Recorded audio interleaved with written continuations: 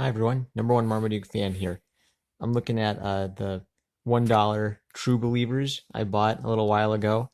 And when I look at one of these, I usually look on YouTube and see, has anyone ever done a review of one of these older comics? And I think they're getting a lot of their old obscure books back for some of these. They did a whole bunch of Phoenix ones, I think, to pump up the Phoenix Resurrection event where they may or may not have brought back the old Jean Grey. I haven't read the last issue in that event yet, but Classic X-Men. This has two little stories from two issues. Classic X-Men 13 and 18.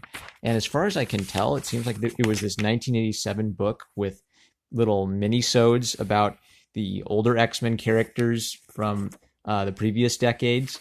And they're okay. They're only showing the Phoenix bits, but both stories have kind of their own charm to them, and maybe a few little roast-worthy moments. But I enjoyed both stories, and uh, great art. So let's take a peek, shall we? So this first one is written by Chris Claremont, uh, artist John Bolton. John Bolton was the artist of both of these, and he's got what I'd call kind of an airy style where, he'll take breaks in his line and have a lot of open space with just a few little shadows, and it creates a sort of pleasing, calm vibe for most of his work. It does. I mean, he uses shadows. You can see shadows there, but for almost this whole figure of Jean Grey, and especially the second story where it's all in sunshine, there's so much light. It kind of has this sort of calm, pleasing look, whereas the shadow adds a little bit more psychological drama or intensity. What I'll say about Claremont is I've heard people joke about Claremont speak, and I saw it in this one, Life Signs. I think he was doing a bit where he was trying to capture the idea of casually thinking. You don't necessarily think in concrete, well-constructed sentences. Your thoughts might flow and move around a little bit. So once I read a couple sentences that had some disjointed words, I thought, well, that's weird. And then I saw a few more and I realized, okay, Claremont's doing a bit. And I liked this comic, but this is something I've made fun of in sort of woke nihilist comics where they'll have this real hippie vibe, man. Whoa, radical. There's a little bit of that hippie vibe to this story by Claremont. But even when he does a bit playing around with language or having the language be a little weird to connote the idea of disjointed thoughts, he still does it kind of with a purpose in mind. The whole bit is that Jean Grey is godlike at this point and can read thoughts. So this is sort of a bit about Jean Grey having near omniscience, like understanding how molecules work and being able to see that and perceive that in the fire, and how that would kind of change her perspective on life. And she's almost inhuman. She's almost too powerful to be real or to have a human soul. But this is a story where she kind of gets to express that she actually is a human being, and that this is still a part of who she is, even with all this power. A lot of sexy girls on the beach. This was the old days where they didn't care that where the male gaze was perceived as a good thing to sell comic books to young men, and not a problematic part of the patriarchy oppressing women. So she, at this point, Jean Grey is friends with Moon Knight and Danny Rand, the Iron Fist, and not Moon Knight. What's her name? Misty Knight. So Misty Knight. This is a really cool kind of heroic story for Misty Knight. I like this. So Misty Knight comes out and starts thinking, and when she's relaxing her thoughts like that, it's like Jean Grey can't help but read her mind. So she sees all these kind of intense emotions that Misty Knight has about her past. She thinks about her love for Danny Rand and how unabashed that is, and she sees herself in a white wedding dress, but feels kind of torn. And then the Phoenix flares up, and I think it's as if Jean Grey is jealous of Misty Knight and how Misty Knight is, dreaming about all these friends and loved ones, but Jean Grey isn't in her dream at all. And then Jean hears this sort of she telekinetically hears a cry for help, and the girls are about to go out and rescue her. Jean leaps into action so fast she leaves Misty Knight behind, and so she grabs her telekinetically and puts her on the boat. And then Misty Knight has this great little internal monologue where she has essentially earlier we learned that she is afraid of drowning. She has a fear of drowning.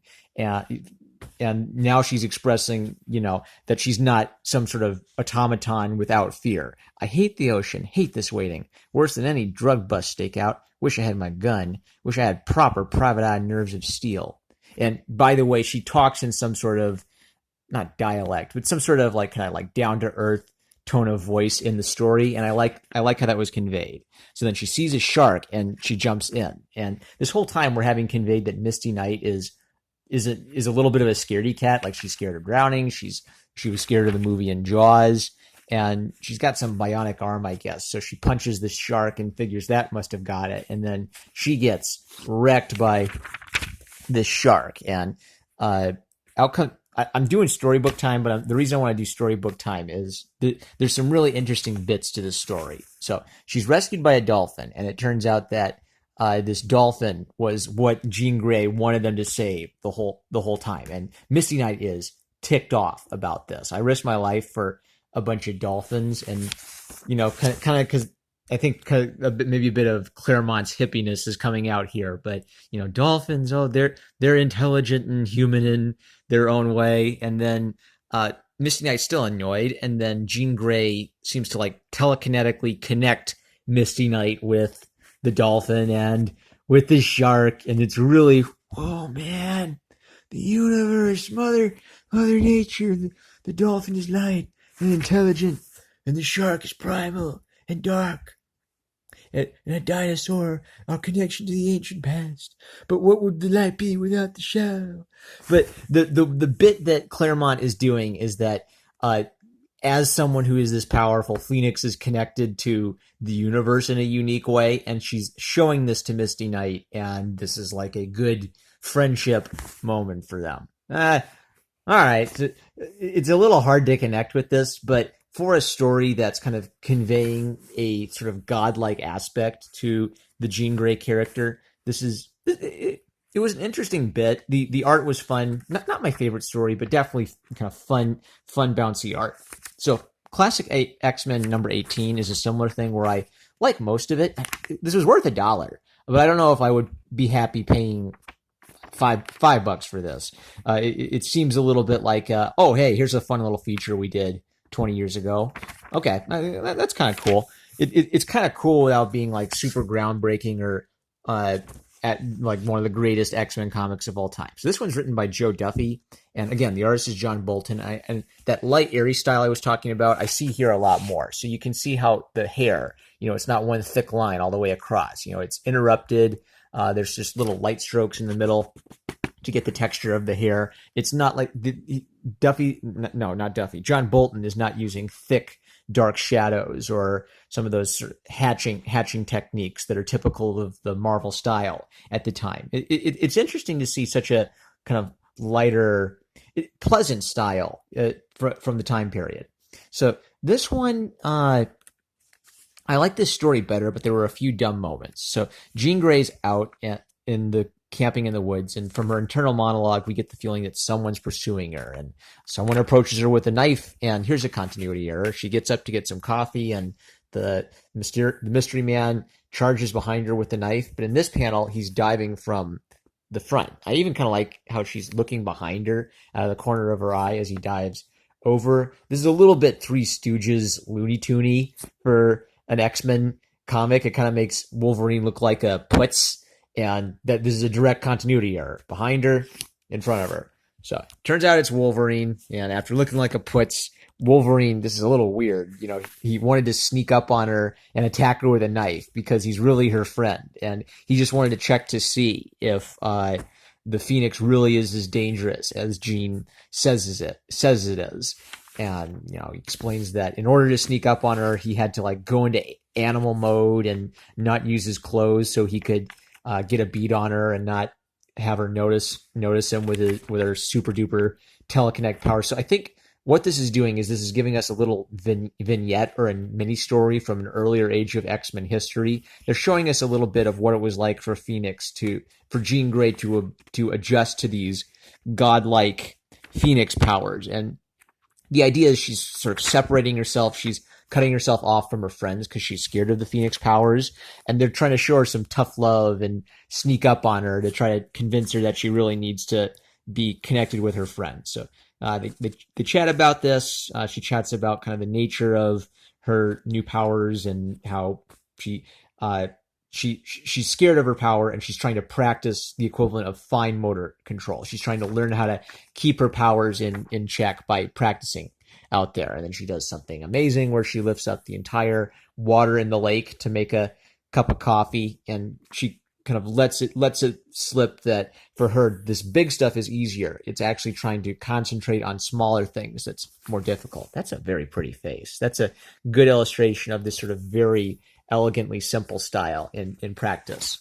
I think that is not a very pretty face. I guess that's part of who Wolverine is. He's a gruff looking guy, but that's not even like a good drawing of a masculine gruff looking man. I think it's a little just oddly creepy. Anyway, so Nightcrawler, it was in on the gag too of sneaking up on Jean Grey, and he appears at the worst moment. So just when she's trying to concentrate, boom, Nightcrawler can teleport. So bam, he appears to tease Jean Grey a bit, and then that breaks her concentration, and she drops the water all over the forest. So they've caused a flood, and they're all kind of stunned by what she can do, and they persuade her that maybe fixing the flood would be the perfect way to practice your fine control of your powers. So she gets it and she succeeds. So it was just sort of like a nice little story. It's a bit weird. I think this is set in time before the famous Dark Phoenix saga, where, spoilers from the 1970s, Jean Grey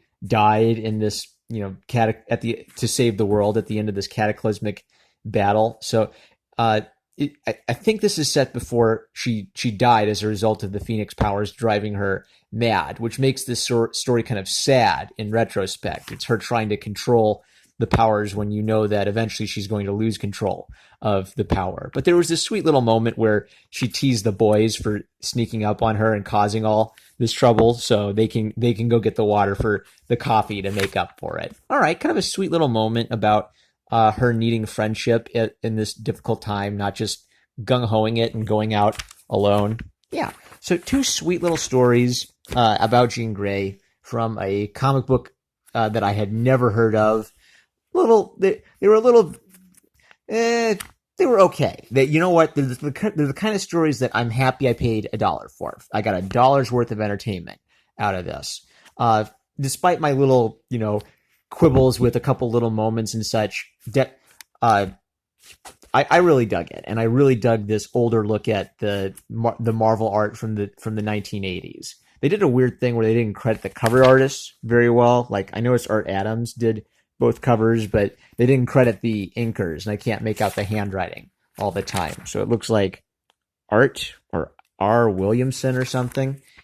You know what? I'll look up the artist for this era later, because what I want to be doing in the future is I want to do some really artist focused perspectives on the history of comics, where I'll look at big artists, their famous runs. I want to do something that's less focused on these stories and the heroics and which superhero beat up which superhero, and hone in on my main focus, which is my love for the artists and their work, and try to give people like a really nice perspective on, okay, this great artist, they went here and they did this great series and they did this great series. I think my working title for that is Artist Spotlight, which I kind of like because that just says what the idea is. But if you've got a catchy title idea for a series on the history of comics, which has the primary focus being the artist and not the writer or the company or the characters, let me know. Use that comment section to give me your